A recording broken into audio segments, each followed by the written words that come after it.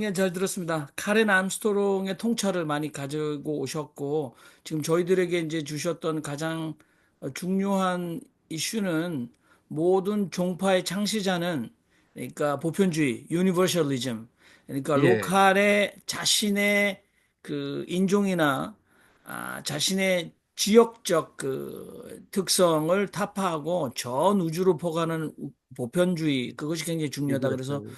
지금 심지어는 카렌 암스트롱이 말했던 바나바가 바울보다 훨씬 더 언변과 외모가 출중했는데 바울이 예, 결정적으로 아라비아, 그러니까 그 당시 나바티아 왕국 쪽으로 가서 아, 예, 유대인들이 선민 사상의 중추인 아브라함은 이방인이었고 할례를 받지 않았던 사람이고 우리는 이미 그러니까 열방을 포함하는 우리는 열방을 포함하는 이 우주적인 그러니까 보편주의 사상 그것이 오늘 기독교의 핵심이 되었고 기독교를 이 나사렛 예수당 이 로컬 종교였던 그리고 반역자로 몰려서 처형당했던 예수를 전 세계 종교에 기독교를 예 이렇게 만들어낸 가장 큰 공헌은 바울의 공로다 이렇게 인정을 하는 것 같아요. 그래서 오늘 이렇게 말씀을 하셨는데 오늘 그렇다면은 저는 이제 교수님 이렇게 생각했었거든요. 그냥 단순하게 말해서 예수는 당시 유대교를 뛰어넘었다. 음, 그러면 오늘날 기독교가 참 기독교가 되려면 음, 기독교를 스스로 뛰어넘어야 된다. 그러니까 이미 기독교 자체가 특정한 음, 부류의 인간들의 로컬 종교가 다시 되고 있고 그래서 음, 기독교가 차별법 반대라든지 그래서 계속해서 혐오를 양산해 내면서 어, 이 유대교를 회귀하는 듯한 그러니까 예수가 유대교를 뛰어넘고 성전을 부인하고 성전을 파괴를 공언했다면 오늘 기독교의 제도라든지 기독교의 이 제도라든지 기독교의 이 직제라든지 이런 것들을 뛰어넘어야 된다 저는 이렇게 생각을 하거든요. 근데 오늘날 그러면 알랭 바디우나 아니면 카른 암스트롱의 통찰로서 한국 교회가 제도적 한국 교회의 이 교단적 교권 그다음 기독교의 특수주의를 뛰어넘는 데는 오늘 우리는 알랭 바디우의 이 연장을 또는 카렌 암스의 연장을 어떻게 사용해야 된다고 생각하십니까? 그리고 지금 이제 바로 아주 중요한 문제를 제기하셨는데요. 저희 아마 그 전체 발표 내용한테 한 3분의 1 정도 한 것 같아요. 바로 이제 다음에 할 얘기들이 그런 얘기인데, 그런 문제가 뭐냐 하면은, 자, 그러면 바울의 보편조, so what?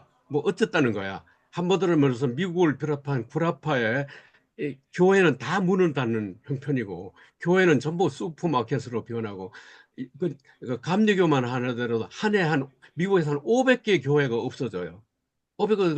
그게 전부 다 무슨 슈퍼마켓으로 배우고 뭐 심지어는 뭐 그 어떤 뭐 그 아주 그 어덜트 뭐 스토어 같은 거로도 변하고 있지 않습니까? 그러면 도대체가 그 보편성 그 이 기독교 보편주의라는 것이 바로 이제 이 구라파 이 바로 바울이 생각한 보편성 그때 너희들이 땅끝까지 전도하라는 것은 겨우 지중해를 건너 스페인까지 가는 정도였다는 거죠. 그러니까 예 그러면은 이제 바로 이 바로 이 카렌 암스트롱이 얘기하는 이 보편주의라 하는 것이 19세기에 와가지고 산업혁명이 일어나서 서구가 뭐냐면 기차, 비행기 막 이 과학이 발달하니까 그 여세로 아시아 국가들을 갖다가 막 침략하고 쳐들어오고 미국이 또 아메리카를 건너가서 정복하고 그건 또 뭐냐면 이 보편주의라고 하는 것이 기독교 보편서라는 거니 쓰르엠이라는 게 있잖아요. 밀리타리, 미셔너리, 머천타 상인들하고 선교사하고 예? 군인들하고 셋이 같이 들어와 가지고 바로 이 식민지 제3세계를 식민지하는 거와 그것도 결국 그것이 기독교 보편주의와 편성을 하는 꼴이 돼버렸잖아요. 그러니까 그러면은 지금 그러한 우리 한국도 마찬가지고요. 이러한 이 기독교 보편주의가 서구 제국주의로 즉 산업혁명과 함께 발달된 과학기술 문명으로 그리고 군사적으로 폭압적으로 이렇게 정복해가지고 이걸 갖다가 그 따라서 선교사를 보내가지고서 이 보편화된 거 이것도 그러면은 이, 이, 그 기독교의 바울의 보편주의, 예? 맞다는 말이냐, 그게 옳다는 말이냐, 이런 문제, 목사님 부딪히게 되겠죠. 그러니까. 예, 그러면 이제 우리가 이제 여기서 이 보편주의를 이제 다시 이제 정립을 해야 되는데, 여기에 반해서 왜 그러면 유일하게 또 한국만은 전 세계적으로 기독교의 보편성, 특히 젊은 유에이지 운동을 하는 그 젊은 세대들로부터 이렇게 외면을 당하고 있는데, 이 책을 보시면 이제 무신론자의 시대라고 해가지고요. 이게 굉장히 두꺼운 책인데, 이제 철학적으로, 그다음 문화, 예술, 음악, 대중, 영화 전변에 거쳐서 이제 기독교가 왜 이렇게 보편성을 사라져버리고 이제 죽은 종교가 돼가는가 하는 거에 대한 아주 정말 잘된 책이라고 봐요. 그러니까 예, 이제 이걸 지금 이 기독교 보편주의를 어떻게 새롭게 정립하고 그러면 한국 교회는 어떻게 할 것이냐 하는 이런 문제가 이제 부닥치겠죠. 그러니까 그런 문제죠. 그러니까 지금 책을 이제 관심을 갖고 읽게 된 원인은 사실은 이 바울의 보편주의가 아니에요.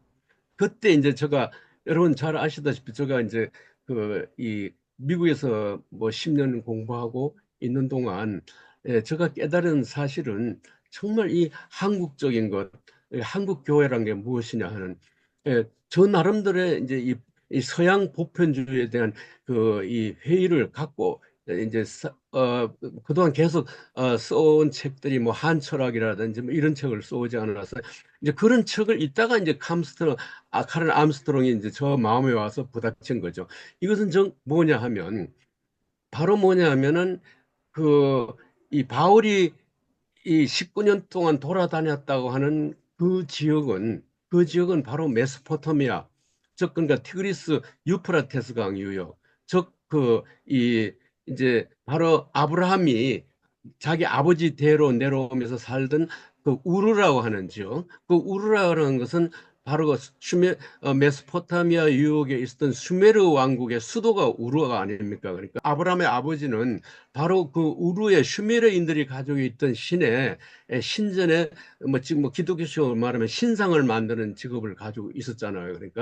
그러니까 이제 아브라함은 바로 이 히브리하고 이 유대인하고는 아무 상관이 없는 그 슈메르 지역에서의 바로 뭐냐면 거기에 신관을 그대로 가지고 여러분들 저기 올라가 가지고 키스템이 그쪽으로 내려가서 이제 이렇게 올라가죠. 남쪽으로 이렇게 내려오지 않습니까? 그러니까 이제 아까 이제 지도를 보면은 예.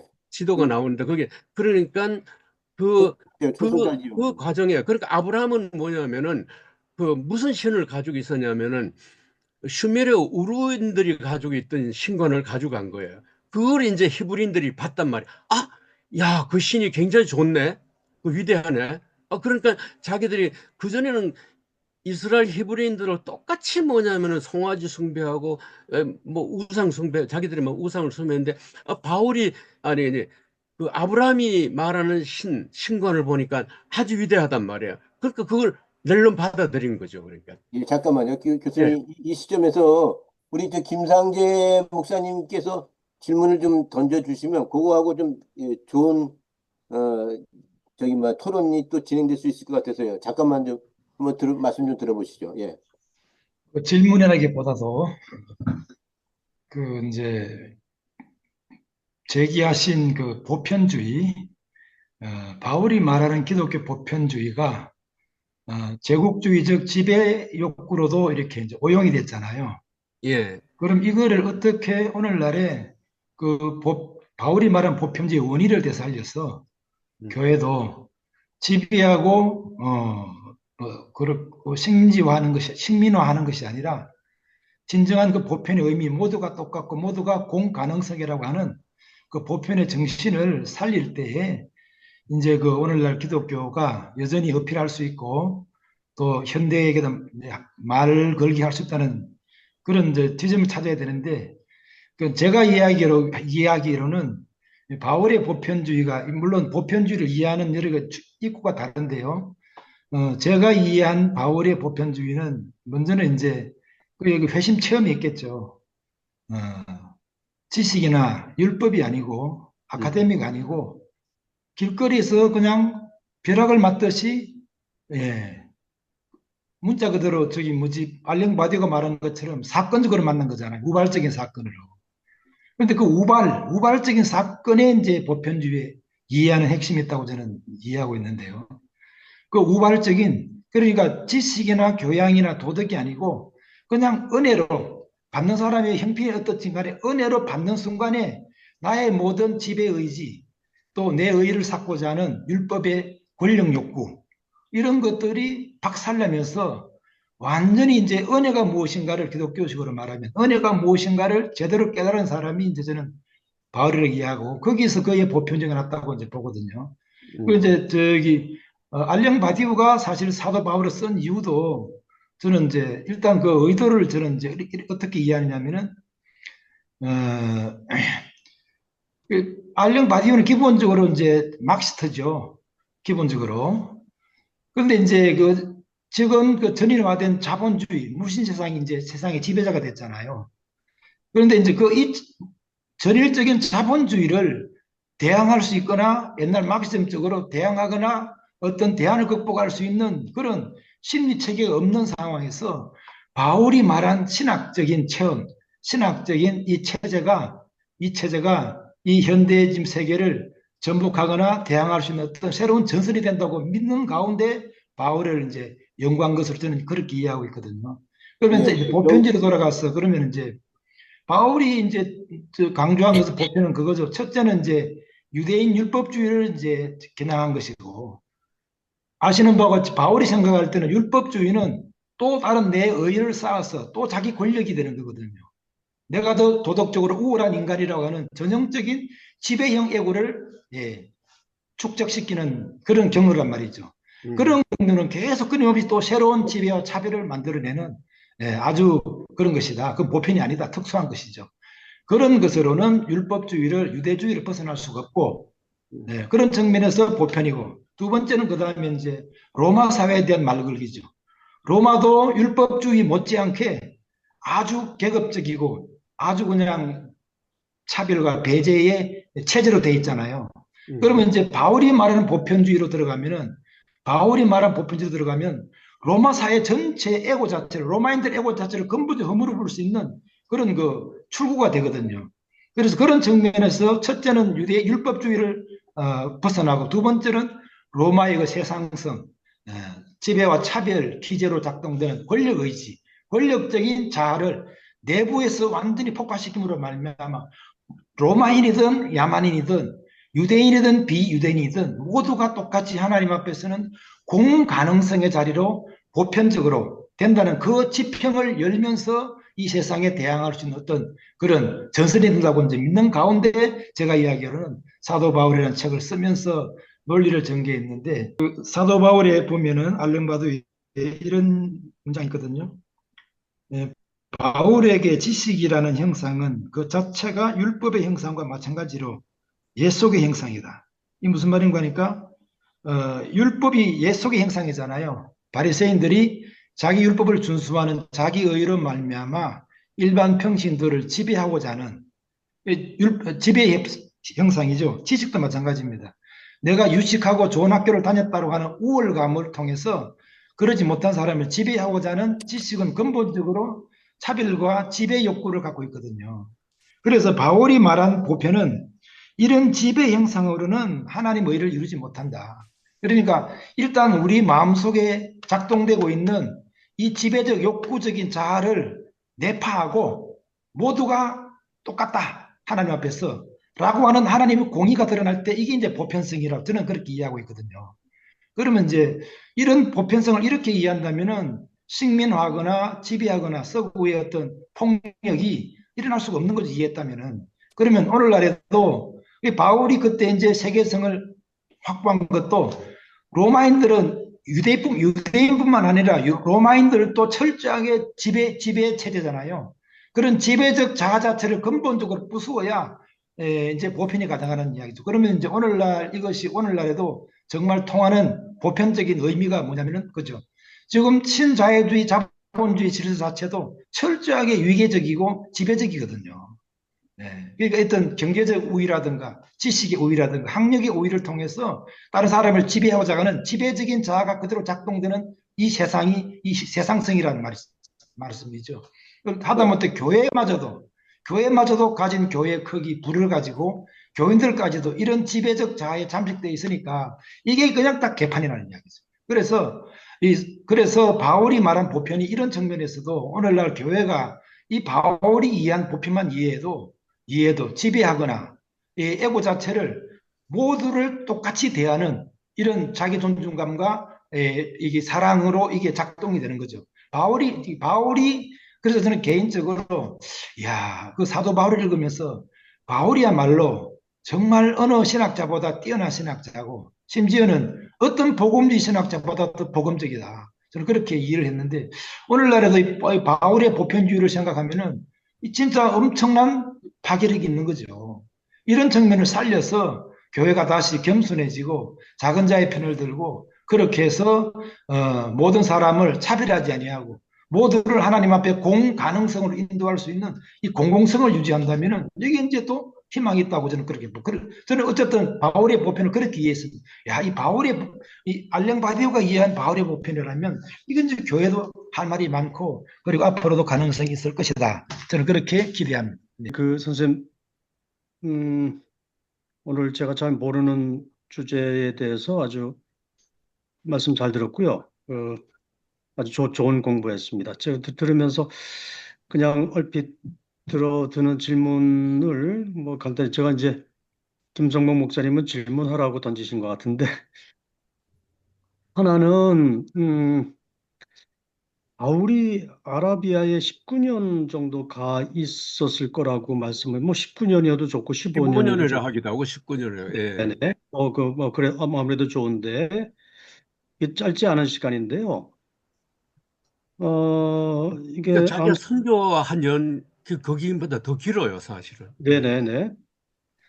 근데 이제 바울이 거기 가서, 아브라함에 대해서 연구하는 시간이었다라고 보시는 거고, 거기서 보편 종교로 갈 수 있는 뭔가를 아이디어나 힌트를 이제 아브라함을 통해서 얻으신 것으로 그렇게 해석하는 것으로 저는 정리를 했어요. 예, 맞습니다. 예. 네. 그런데 제가 그것도 하나의 방법이긴 한데요. 아브라함이 아니면 기독교가 보편 종교로 갈 수 있는 길이 없었나? 굳이 아브라함을 거쳐야 보편 종교로 갈 수 있는 길이 열리나? 저는 지금까지 아브라함과 관계없이 기독교의 보편성을 그냥 막연하게 인식하고 있었거든요.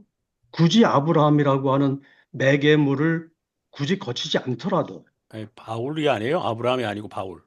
아니, 바울이 아브라함을 통해서 이제 보편 종교로서의 기독교를 정리하게 됐다는 거죠. 신학적으로. 그렇죠. 예, 예. 뭐, 전 그렇게 들었어요. 아브라함이 혈육이 아니고, 뭐, 할례를 받은 사람도 아니고, 유대인 계통의 혈통도 아니었다. 그런데도 아브라함이 유대교나 기독교에서 믿음의 아버지 조상으로 이렇게 우리가 받들고 하는 것은 아브라함이 갖고 있었던 그 뭔가 거기서 착안해가지고 기독교의 보편성을 끄집어냈다라는 이게 논리적으로 이해를 하면은요. 그렇게 이해를 했는데 뭐 저는 글쎄 아브라함을 굳이 거치지 않더라도 바울이 굳이 아라비아에서 19년 동안이나 그 아브라함을 붙들고 연구하지 않았더라도 설령 그런 시간이 없었더라도 아라비아에 가서 아브라함을 붙들지 않고 다른 것에 천착하고 다른 연구를 했더라도 굳이 아브라함 없이도 기독교가 얼마든지 보편적인 기독교로 나아갈 수 있는 뭔가 또 다른 논리적인 길이 있지 않을까? 그런 궁금증이거든요. 예를 들면 얼핏 드는 생각이에요. 예를 들면 예수께서 생전에 말씀하셨던, 물론 바울은 살아있는 예수를 언급을 많이 안 했다고 말씀하셨고, 실제로 그런 것으로 저도 이해를 하는데, 예수가 살아서 제자들에게 가르치고 선포했던 그 많은 내용들, 컨텐츠, 음, 음. 예수님이 우리에게 준 컨텐츠, 이렇게 살아라. 그게 뭐 사랑이어도 좋고 섬김이어도 좋고요. 어떤 장벽을 철폐하는 것이어도 좋고요. 해방이라고 해석해도 좋고요. 이런 등등의 수준 높은 가치 아니면 뭔가 정서, 인간의 보편적인 정서, 이걸 통해서도 얼마든지 예수를 믿는 기독교가 보편 종교로 나아갈 수 있는 길은 얼마든지 있다. 굳이 아브라함을 거치지 않더라도. 이게 말씀이 전달이 되는지 모르겠습니다. 어쨌든 그런 질문이 하나 있을 수 있다는 생각이 들고요. 그러니까 만약에 이제 바울이 없었더라면 결국은 그러니까 예루살렘 중심에 요한, 베드로, 야고보 중심의 기독교가 되었겠죠. 그 많은 종교들이 그 지역에 나타나서 보편적이 되지 않았기 때문에 예, 결국은 이제 그 국지적인 나는 이제 왜 우리 당구는 그렇게 보편 전전자가 못 됐을까? 예, 우리 한국 이제 그러면 여기 잇따라 생각할 수 있는 왜 이 한류라고 하는 한국적인 음악, 문학, 예술이 이게 어떻게 전 세계 사람들한테 이 공감대를 갖는가? 큰 중국 문화가 그렇게 크고 일본이 그렇게 찬란한 문화를 가지고 있는데 한국적인 것만은 왜 그럴까? 이것도 그러니까 우리 한국적인 것이 지금 왜 그런 보편적인 이 공감대를 가질 수가 좀 비슷한 얘기거든요. 그러니까 이제 만약에 지금 말씀하신 대로 바울이 없었더라면 분명히 기독교는 그 아마 베드로 중심의 기독교가 돼서 결국 유대인의 국한된 구원관이다. 이런 것이 성립되지 않았을까 이제 이런 생각이 들거든요. 그러니까 모르죠. 그러니까 지금 역사가 지나갔으니까 그렇지만 백의 열은 아마 바울이 없었더라면 바울이 이런 생각을 안 가졌더라면 바울이 만약 아랍 지역을 여행하면서 아브라함에 대한 제 인식이 없었더라면 아마 기독교는 하나의 한 어떤 말씀만 로컬 종교가 되지 추가해서, 네네. 않았을까. 그 말씀에 제가 지금 정확한 건 아닙니다만은 도울 선생이 바울에 대해서 바울하고 세기둥하고 이렇게 비교하면서 쓰신 글을 제가 기억나는 대로 말씀을 드리면 그 도울 선생은 바울을 통해서 보편 기독교로 갔다라고 하는 주장은 같이 하시는데 그 도울 선생의 주장에는 아브라함 얘기는 별로 없었던 것 같거든요. 없었죠. 예, 예, 예. 그렇죠. 바울이 아라비아에 가서 아브라함을 발견하고 거기서 뭔가 보편 기독교로 나아가는 길을 찾았다라고 하는 언급은 제가 별로 기억이 없고요. 예. 그냥 바울이 어떤 그런 부활 사상, 부활론, 음, 주로 중점을 둬서 그것이 어, 그 예루살렘 중심의 교파하고 대비돼서 바울을 통해서 어쨌든 보편 기독교로 나아갈 수 있었다라고. 그러니까 예. 그 암스트롱이나 알랑 바디우와 아니면 지금 선생님과 굳이 아브라함을 거치지 않고, 음, 제가 바울을 부정하는 게 아니고 바울이 왜 아라비아 가서 아브라함이라고 하는 믿음의 조상을 연구 했다는 것, 그걸 찾아내가지고 실제로 그랬는지 안 그랬는지, 저는 이거는 추론이잖아요. 선생님도 추론이잖아요. 역사적으로 고증된 게 아니잖아요. 아라비아에 가서 19년 동안 바울이 아브라함을 연구했다. 이건 저는 추론으로 해석을 하는데, 논리적인 추론으로 해석하는데, 굳이 그 추론까지 안 가더라도 얼마든지 보편 기독교로 갈 수 있는 길이 있었고, 그런 설명을 도올 선생이 했다라고 저는 이해를 하고 있어요. 네. 만약에 바울이 지금 right now 지금 우리 시대 지금 태어나서 비행기를 타고 배를 타고 만약 여행을 할 수 있었더라면 바울은 그때 걸어서 겨우 가가지고 이제 도달하는 것이 아라비아인데 만약에 그래서 몽골을 지나서 중국을 지나서 한국까지 다 덮어보고 우린 지금 그렇게 덮어볼 수가 있죠. 그렇다면 또 다른 또 다른 보편주의, 응? 또 다른 보편주의를 가질 수 있지 않았을까? 그래서 제가 바로 아까 이제 왜 암스트롱의 생각에 상당히 관심을 갖게 됐냐면 그때 저는 뭐냐면은 이제 이 한국 문명, 그러니까 동북아시아 문명하고 이 슈메르 문명, 이걸 이제 여러분 잘 아신 대로 거기에 관한 인류 문명의 기원의 책이라는데 깊은 이제 그걸 이제 책을 여러 권 쏘다가 보니까 그러면은 바울의 보편주의는 상당히 아랍 그 당시에 지중해 연안에 국한되는 보편주의네.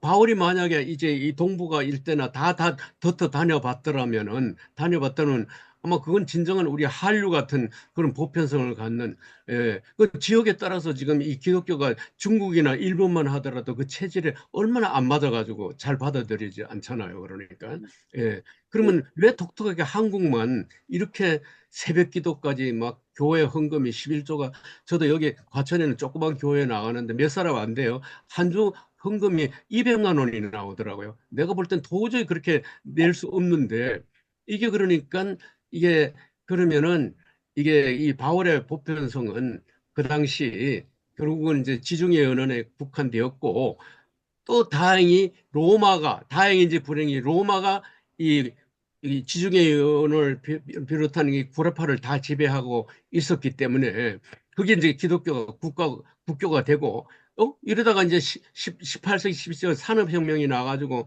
전기기관차, 기차, 비행기가 막 생겨나니까 이건 그러니까 이 산업화와 함께 또 기독교가 이제 이 식민지 제국주의와 결탁이 돼가 이렇게 보편화가 되고, 이렇게 되다 보니까 정말 이런 부작용이 생기는 부작용이 이만저만한 것이 아니고, 이게 지금 이 전 세계적으로 다녀볼 것 같으면은, 특히 젊은 층들 가운데서 미국에는 교회에 이제 젊은 층이 거의 없어요. 제로라고 보면 돼요. 아무리 큰 교회도 뭐 늙은 사람 한 4, 50명 보면 예배 보고 그 교회당을 팔고 이런 수밖에 없는데, 결국은 그 바울의 보편성이라는 것도 지중해 연합, 콘스탄틴 황제, 로마 제국, 그다음에 19세기의 식민지 제국화, 이것과 함께 이 보편주의가 됐고, 그것은 그야말로 정말 보편주의가 안 되게만 못하는 그런 보편주의가 되고, 결국은 이 보편주의는 정말 우리가 기독교가 살아남자면 새롭게 이제 정립을 해야지. 이런 그 그러니까 암스트롱도 그러니까 지중해 연안 안에서 로마 제국 그 안에서 보편주의라고 보시면 돼요. 그러니까. 제가 엉뚱한 얘기를 좀 합니다.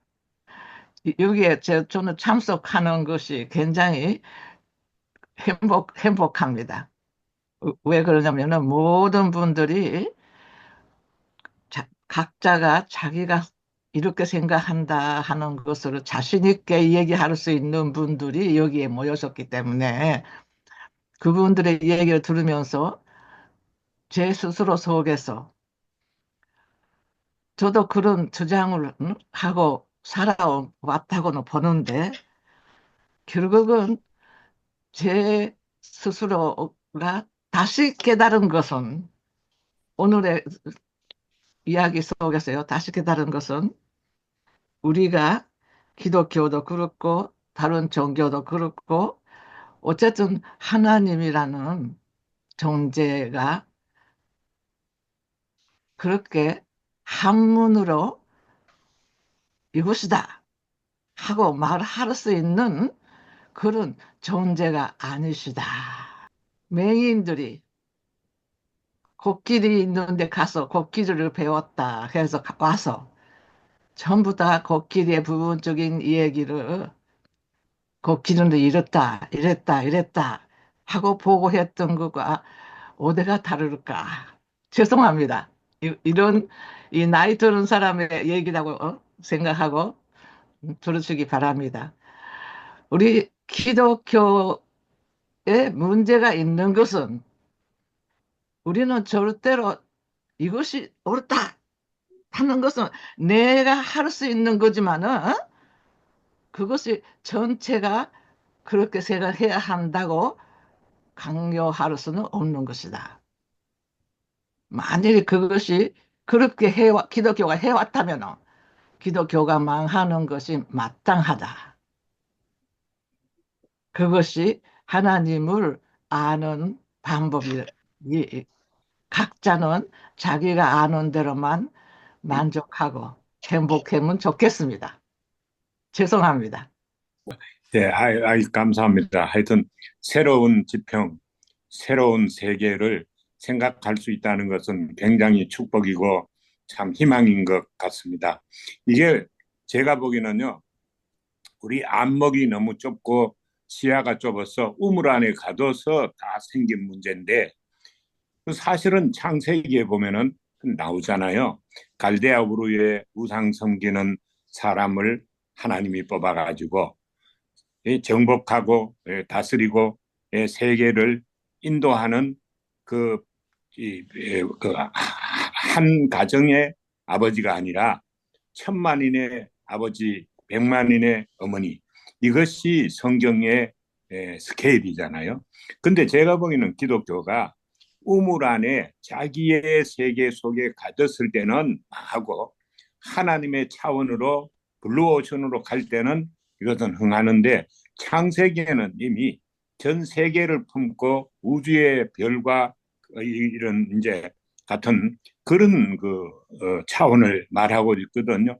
제가 보기에는 사도 바울이 한 것은 정말 잘한 것 같아요. 유대인의 하나님을 이렇게 만드는 것이 아니라 이방인의 하나님을 다 만들고 그것이 질투가 나서 유대인이 시기가 나서 마청을 다시 하나님의 백성을 하는 것. 그러니까 보편화가 나쁜 것이 아닌데 우리도 더 큰 이 포부를 가지고 비전을 가지고 더 세계화를 하고 그러니까 지금 지역적인 보편성만 있는 게 아니고 기술이 발달하면 그 기술에 따라서도 앞서고 아까 자꾸 저 목사님 말씀하신 중에 수학자 이야기가 많이 나왔는데 그 수학이라는 그 학문의 세계를 가지고 이 세계를 지배하고 세계를 인도하는데 잘 이제 공헌한 이런 걸 생각한다면요. 우리가 안목을 넓혀서 더 폭넓게 나아간다면은 기독교는 멸망하는 게 아니라 아직도 부흥의 무한한 그 블루오션을 가지고 있다. 오늘 보편주의, 바울의 보편주의가 주로 토론의 주제가 되고 있는 것 같은데요. 근데 이 바울의 보편주의는 제가 느끼기에는 보편주의라는 말이 사회학적 의미에서 보편주의를 얘기하는 것 같습니다. 전혀 신학적인 의미는 아니고요. 저는 바울의 주 사상이 구속 사상 아닙니까? 구속 사상은 이스라엘의 제사 제도에 기인해서 설명한 거예요. 이스라엘 사람들에게 해당되는 쉽게 얘기해서 메이드 인 이스라엘이에요. 구속주의, 보편주의가 됩니까? 바울이 발견한 거는 구속사적보다도 아까 이제 사회학이라 그러는데 사실은 그 신학적인 각성이 사회학적으로 당연히 연결되는 부분이기 때문에 그건 분리가 불가능하죠. 그래서 바울이 말한 그렇게 전통적인 구속사적보다도 그렇게 이제 공의로운 자아 체계를 다시 발명한 차원에서 그는 신학적이기도 하고 사회적이기도 하고 아주 공공적인 의미를 가지고 있다. 저는 그렇게 읽었습니다. 알랭 바디우 솔직히 저도 좀 그 되게 낯선 철학자입니다. 저는 알랭 바디우에 대해서는 솔직히 아는 바는 없었고요. 다만 그 제가 바그너라는 음악가를 좋아하기 때문에 알랭 바디우가 쓴 바그너는 위험한가라는 책이 한, 한 20여 년 전에 그 출판됐었습니다. 그래가지고 알랭 바디우가 바그너에 관해서 이 얘기를 했는데 그게 너무 어려우니까 그걸 또 해설을 한다고 했는데 그 해설한 사람이 슬라보의 지제기 해설을 해가지고 진짜 어렵게 이렇게 얘기를 했는데 뭐 이제 그걸 통해서 알랭 바데우라는 사람에 대해서 잠깐 이렇게 알게 되었습니다. 이제 거기서도 바그너를 해설을 하면서 바그너가 단지 뭐 반유대주의자 아니면 독일의 파시즘을 뭐 이렇게 이용되다 보니까 뭐 그런 식으로 이렇게 위험한 음악가로 알려지는 것에 대해서 역시 오늘 이제 그 김 박사님의 강의를 듣고 보니까 알랭 바디우도 바그너를 상당히 보편적 관점에서 이해하려고 또 했던 것 같아요. 근데 솔직히 저는 오늘 이제 그 바울에 관해서 집중을 하는 것은 그 부분에 대해서는 김상재 목사님의 접근도 대단히 저는 훌륭하다고 생각을 합니다.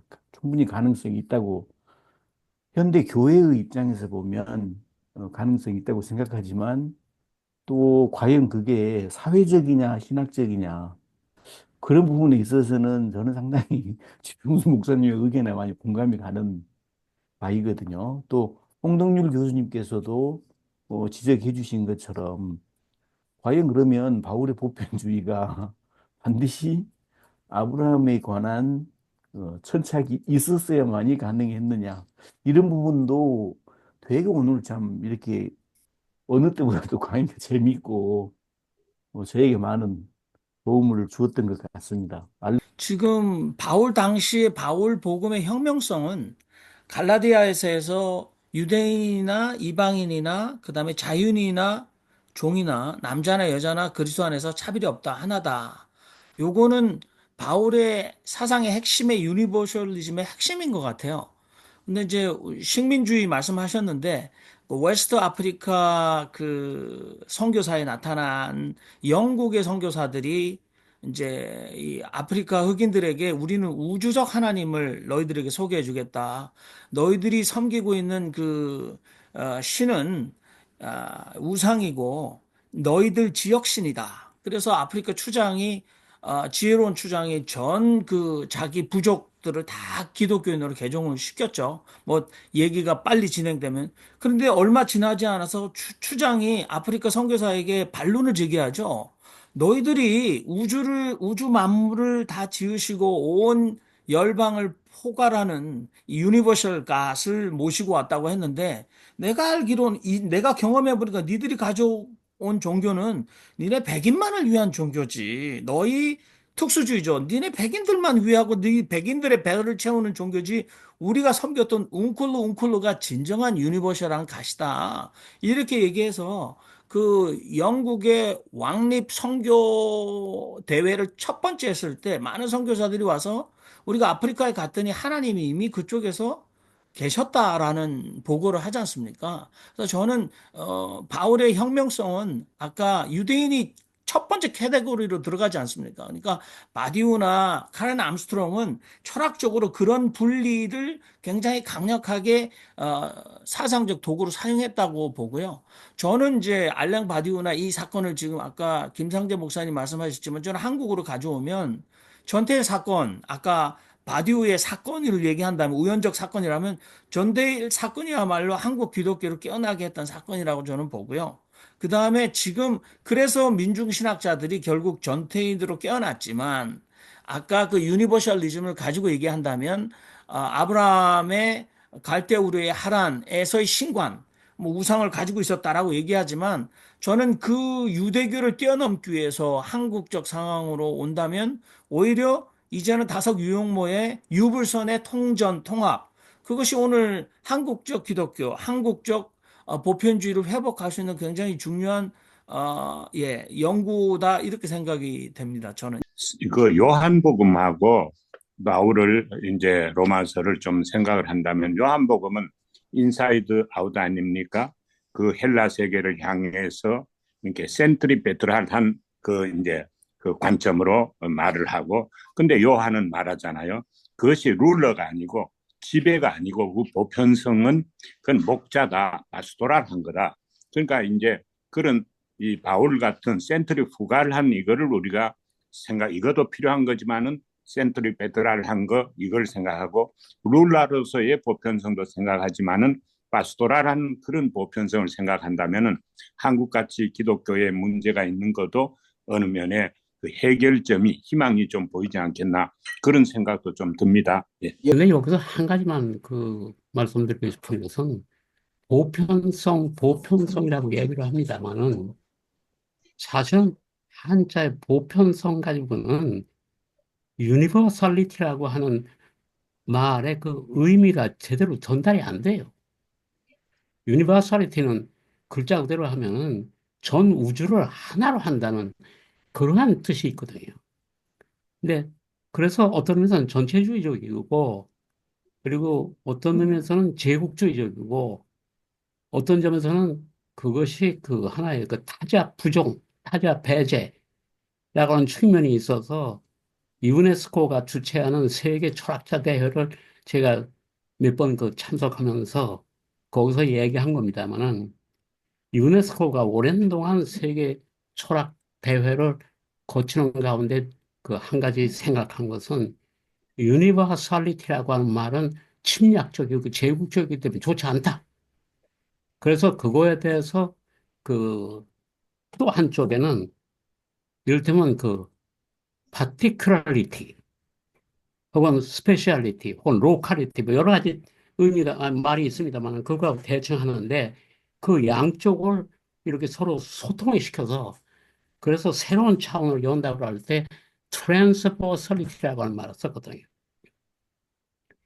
근데 유니버설리티 자체는 나쁜 건 아니지만은 그것을 가지고 유니버설라이징 세계로 유니버설라이징 할 때 들어서 그것이 제국주의이고 침략주의이고 타자 배제적이고 이런 그 이를테면 그 모순이 생기니까 그러니까 그것을 이제 그 반대되는 개념과 서로 소통하고 융합을 해서 대화를 통해서 새로운 차원으로 열어간다고 할 때 그것을 그 유네스코 세계 철학자 대회에서 나온 말은 트랜스버설리티.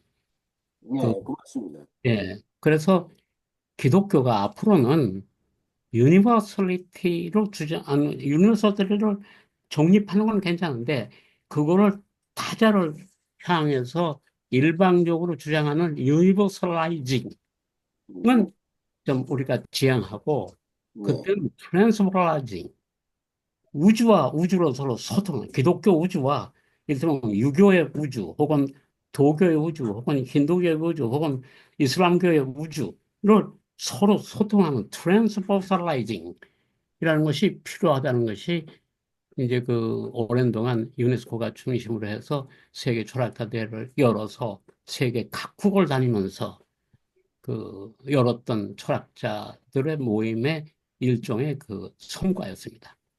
그것에 대해서 일본서는 통조성, 그러니까 여러 가지 면에서 다르더라도 밑바닥, 가장 그 기초, 가장 그 밑바닥에서는 통한다는 통조성.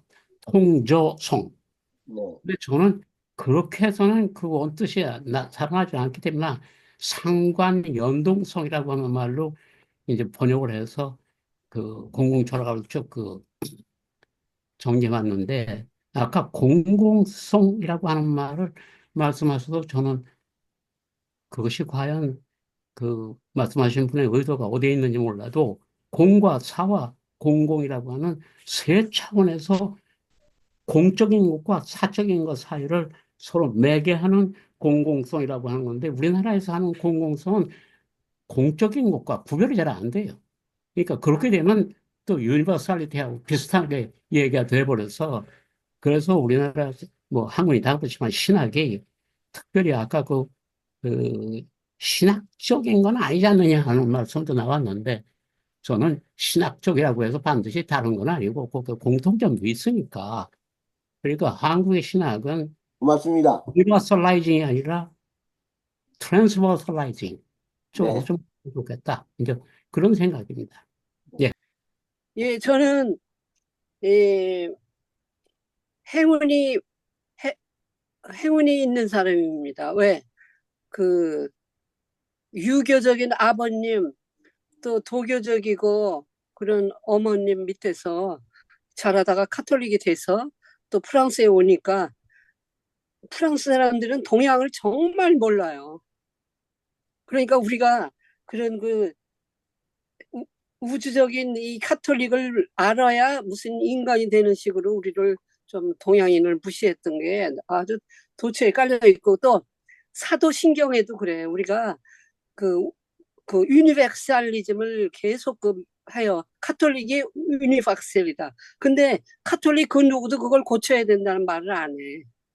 그래서 한국의 그 대부분의 그 카톨릭 신학자들이 전부 로마에서 돈을 내서 10년 이상 공부를 하기 때문에 이렇게 도전하는 그런 신학자들이 거의 없어요. 카톨릭에는 솔직히. 그리고 10년 동안 계속 갇혀서 지내니까 세상살이를 모르고 저는 진짜 어떤 때 보면 저분들이 물론 거기 굉장히 그 진보적이고 그리고 민주적인 그런 신부님들도 많이 계신데 그렇게 사실 목사님들은 처자식이 있고 현실을 좀 알고 뭐 하여튼 보충이 돼야 되는데 아직도 이 바티칸에서 뭐 이제 사과를 했죠. 왜 그렇게 많은 한국인 또 그 사람을 그렇게 치명을 시키고 예수의 이름으로 예수님이 그렇게 죽이라고 그랬어요.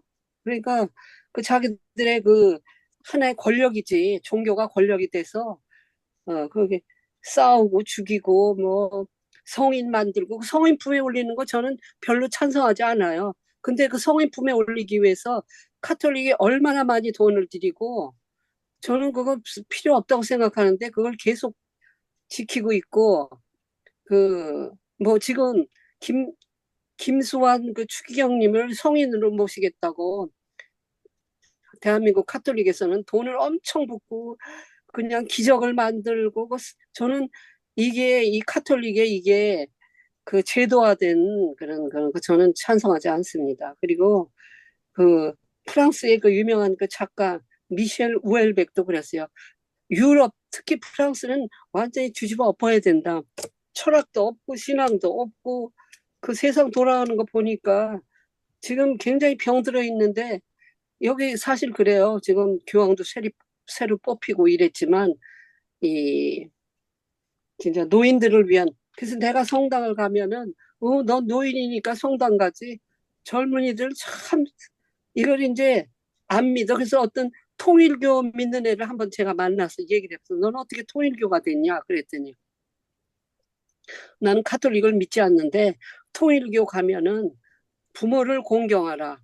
그 자기는 그렇게 철저하게 부모를 공경하는 거 해본 적이 없대. 자기는 부모하고 왼수처럼 산대. 아버지는 나의 적이다. 그런데 통일교에서 그걸 다 해결을 해줘서 나는 아버지하고 화해를 했고 그래서 통일교 신자가 됐다. 이러는 거예요. 그래서 이렇게 또 한국 종교가 이렇게 프랑스 사람 그러니까 다 수준에 따라서 이 상황에 따라서 다르지만 이 보편적이라는 거, 약자를 지배하기 위해서 이 기독교가 너무나 잘못한 게 많아요. 그러니까 아프리카도 그냥 내버려두면 됐어 사실. 거기에 자기네들이 제도가 있고 병 고치는 방법이 다 있고 그런데 그러잖아 거기 그 토종들이 우리는 서양이 없어도 우리끼리 잘 살았다. 얘네들이 병 주고 약 주고 콘크리트 길 만들고 이러면서 우리한테 온갖 병 다 줬다. 그러니까 이 모든 게 지금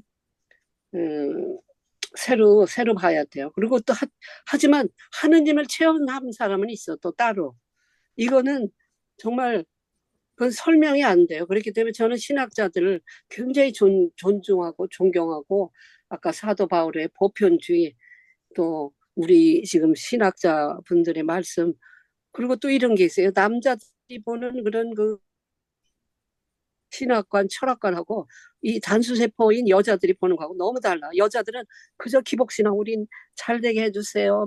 뭐 이런 기복신앙에 거기에 멈춰 있는데 남자 신학자들은 좀 더 깊이 들어가서 저는 정말 우리 이 사이트를 너무너무 감사하게 생각하고요. 이제 여기서 제 말 마치겠습니다. 김상일 교수님 강의 잘 들었고요.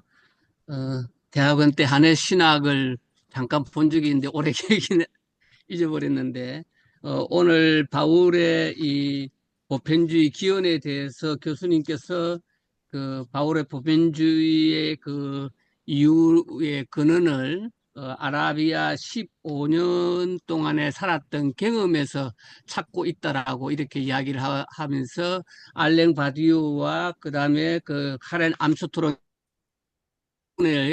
글을 통해서 아마 전개하고 있는 것 같은데 그렇다면은 보통 성수에서 이야기하고 있는 물론 교수님께서도 15년, 19년 또 여러 가지 부분도 있는데 또 일반 복음주의적인 그런 관점에서 3년부터 시작해가지고 어떤 데는 14년도 이야기하고 있고 갈라디아서 1장과 갈라디아서 2장에서 이야기하고 있는 내용들을 가지고 이야기를 하고 있는데 그러면은 교수님께서는 바울의 아라비아 체류 목적이 15년 동안에 체류 목적이 아브라함의 그러한 부분들을 통해 가지고 말씀을 해 주시는 것 같아요.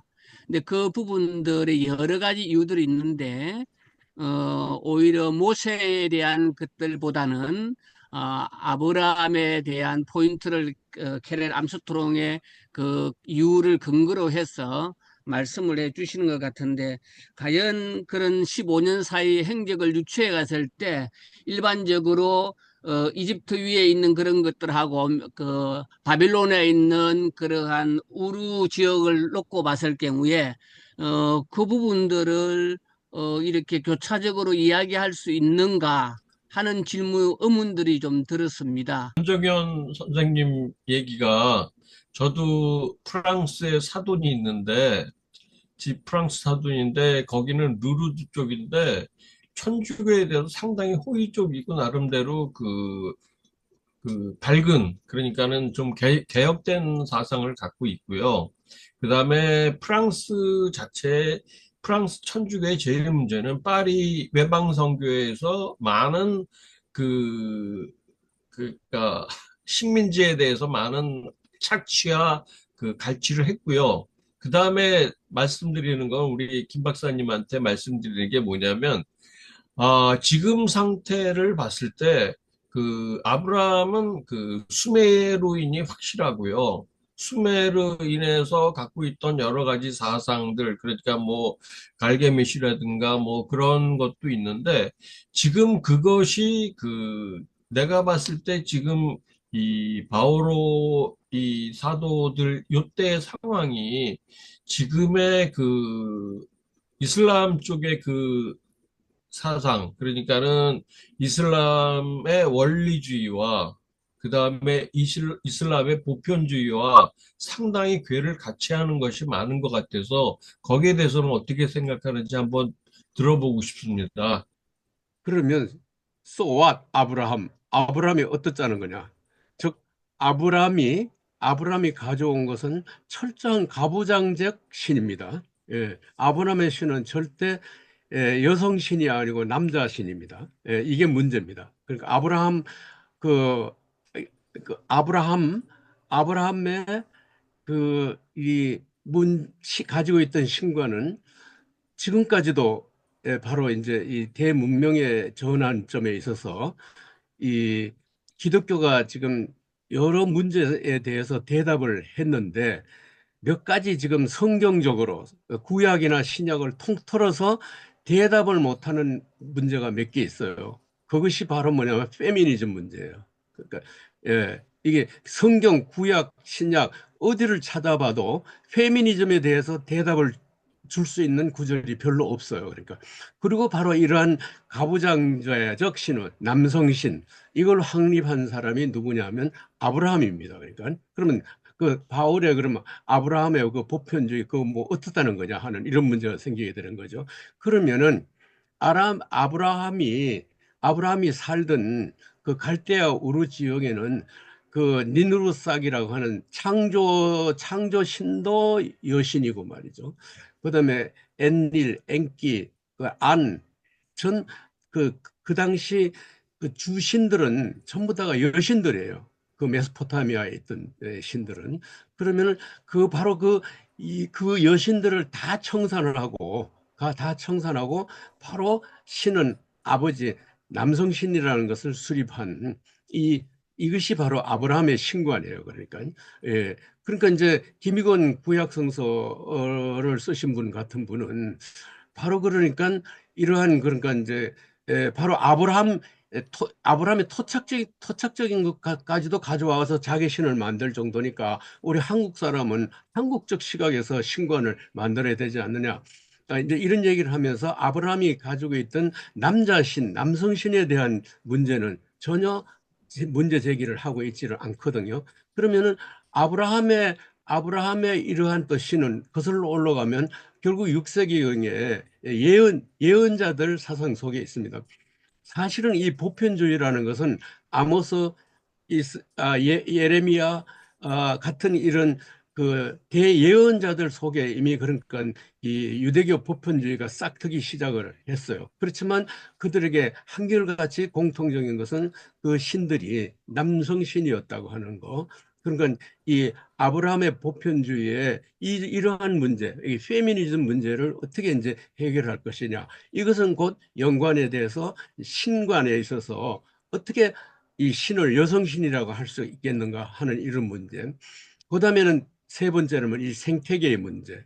예. 그러니까 그 이러한 아브라함의 이런 그 인격 신이 나타나기 이전에는 사실 메소포타미아 그 이때에는 그냥 영들이 우글거리던 스피리추얼리티가 영 그러니까 무엇이라고 이름할 수 없는 비인격적 영들이 우글거리던 신관이었거든요. 그러한 신관을 다 이 평천한 사람이 아브라함이란 말이에요. 그러면 아브라함이 유대인이니까 유대인이 아니지만 유대인의 조상이 됐듯이 단순히 그것만 바울이 생각을 하지 않았는가? 그 바울이 과연 아브라함 이전에 가지고 있던 페미니즘 문제, 영의 문제, 그다음에 환경 문제 이런 것까지로 봤더라면 지금 우리는 그것까지 봐야 되겠죠. 그렇다면 과연 그 아브라함의 보편주의가 타당한 보편주의냐 하는 이제 이런 문제가 이게 이제 제기가 되겠죠. 그러니까 질문하신 분의 하나하나 이제 그 아까 대답을 못해 주지만 그래도 나중에 이제 제가 이제 얘기하려는 분 가운데 그 알랭 바디우는 그 이 기독교가 보편주의가 될 수 있는 것은 바로 그 이 바울은 이것도 저것도 아니라는 거예요. 그러니까 그러니까 로마서를 쭉 읽어보면은 결국 율법이 좋으냐? 율법을 볼 것 같으면 율법에 좋은 점도 있지만 나쁜 점도 있다. 왜 이렇게 좋은 것이 나쁘게 되느냐? 이렇게 자꾸 이런 문제를 뭐 제가 이제 그 로마서는 처음부터 끝까지가 전부 다가 이것도 아니고 저것도 아니고 이것이고 저것이고 이런 논리를 펴요. 이것은 곧 뭐냐면은 이 알랭 바디오가 볼 때는 이 거짓말쟁이 역설. 그러니까 제가 오늘 글 속에 맨 끝에 보면 나옵니다. 디도서 1장 12절에 볼 것 같으면은 크레타 사람들이 자기들의 예언자가 모든 크레타 사람은 거짓말쟁이라 하더라. 그러니까 크레타 섬에 가서 복음을 전하려고 하니까 하도 그냥 벤질벤질하면서 복음을 안 받아들이니까 이 바울이 화가 나가지고 모든 크레타 사람들은 거짓말쟁이다. 이제 만약에 바울이 그 말이 가지고 있는 논리적인 문제를 갖다 조금이라도 생각했다면 기독교는 완전히 달라졌을 거예요. 이 말은 무슨 말이냐 하면은 이중부정. 그러니까 어느 하나가 옳고 어느 하나가 그러니까 이것도 저것도 다 잘못됐다 하는 건 그러면 거짓말쟁이가 거짓말을 했다면은 참말이 되지 않냐는 거지. 그러니까 거짓말이 참말이고 참말이 거짓말이 되는 이런 그 상대주의 이런 논리를 바로 바울이 로마서에 적용하고 있다는 거예요. 그러니까 계속 처음부터 끝까지 읽으면 바울은 막 줄곧 뭐냐면은 좋은 것이 나쁘게 되고 우리의 욕정의 욕망이라 하는 것도 그것이 좋은 거지만 또 나쁘게 쓰일 수도 있고 이런 식으로 오늘날 소위 말하는 이제 양자 역학 이중부정의 논리 그러니까 입자도 아니고 파동도 아니라고 하는 즉 쉽게 얘기하면 우리의 삶은 이 포스트 모던 시대라는 것은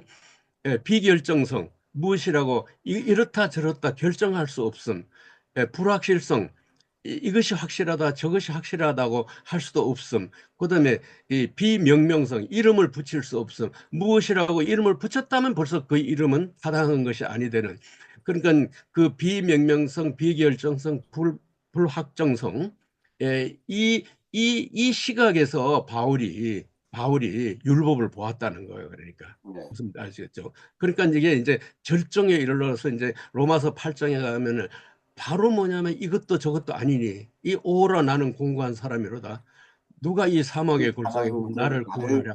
이 말은 곧 사망이다, 죄다 하는 것은 윤리적으로 이것을 잘못을 범하는 게 아니라 우리 인간의 실존이라는 것은 결정적으로 결정할 수 없음과 확정할 수 없음과 무엇이라고 이름도 붙일 수 없음이라고 하는 이런 이제 이 모순, 딜레마, 역설, 이제 이 바로 그러니까 그걸 다 해체시켜 버리니까 결국 이제 바울이 보편주의가 됐다. 제가 생각할 때는 그 알랭 바디우가 얘기하는 이 보편주의는 그래서 아까 그 어떤 분이 말씀하신 대로 카렌 암스트롱은 상당히 역사적 사회학적으로 지금 보고 있잖아요. 그러니까 봤지만 그것도 아브라함이 가지고 있는 아까 말씀드린 것 같은 그런 상당히 제한적인 아브라함의 보편성이라고 볼 수가 있겠죠. 그러니까 예, 감사합니다. 예, 음.